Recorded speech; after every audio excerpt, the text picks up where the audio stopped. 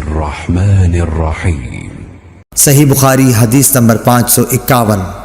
انس بن مالک نے فرمایا کہ ہم عصر کی نماز پڑھتے نبی کریم صلی اللہ علیہ وسلم کے ساتھ، اس کے بعد کوئی شخص قباء جاتا اور جب وہاں پہنچ جاتا تو سورج ابھی بلند ہوتا تھا۔ صحیح بخاری حدیث نمبر 552۔ حضرت عبداللہ بن عمر رضی اللہ تعالی عنہ سے روایت ہے کہ رسول اللہ صلی اللہ علیہ وسلم نے فرمایا، جس کی نماز عصر چھوٹ گئی گویا اس کا گھر اور مال سب لٹ گیا۔ امام بخاری نے فرمایا کہ سورہ محمد میں جو یترکم کا لفظ آیا ہے وہ وطر سے نکالا گیا ہے۔ وطر کہتے ہیں کسی شخص کا کوئی آدمی مار ڈالنا یا اس کا مال چھین لینا۔ صحیح بخاری حدیث نمبر 553۔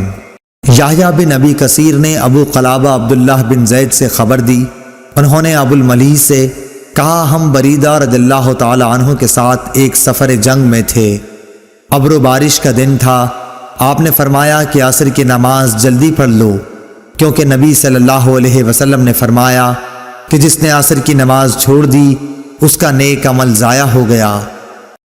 صحیح بخاری حدیث نمبر 554۔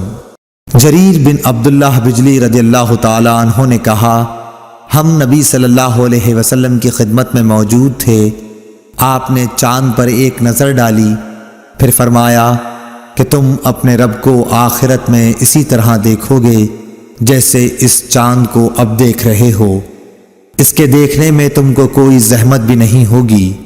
پس اگر تم ایسا کر سکتے ہو کہ سورج طلوع ہونے سے پہلے والی نماز فجر اور سورج غروب ہونے سے پہلے والی نماز عصر سے تمہیں کوئی چیز روک نہ سکے تو ایسا ضرور کرو۔ پھر آپ نے یہ آیت تلاوت فرمائی، پس اپنے مالک کی حمد و تسبیح کر سورج طلوع ہونے اور غروب ہونے سے پہلے۔ پس اپنے مالک کی حمد و تسبیح کر سورج طلوع ہونے اور غروب ہونے سے پہلے۔ اسماعیل راوی حدیث نے کہا کہ عصر اور فجر کی نمازیں تم سے چھوٹنے نہ پائیں، ان کا ہمیشہ خاص طور پر دھیان رکھو۔ صحیح بخاری حدیث نمبر 555۔ حضرت ابو ہریرہ رضی اللہ تعالی عنہ سے روایت ہے کہ رسول کریم صلی اللہ علیہ وسلم نے فرمایا کہ رات اور دن میں فرشتوں کی ڈیوٹیاں بدلتی رہتی ہیں، اور فجر اور عصر کی نمازوں میں ڈیوٹی پر آنے والوں اور رخصت پانے والوں کا اجتماع ہوتا ہے۔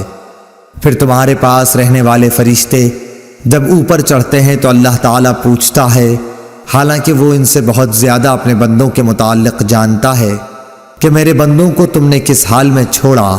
وہ جواب دیتے ہیں کہ ہم نے جب انہیں چھوڑا تو وہ فجر کی نماز پڑھ رہے تھے، اور ان کے پاس گئے تب بھی وہ عصر کی نماز پڑھ رہے تھے۔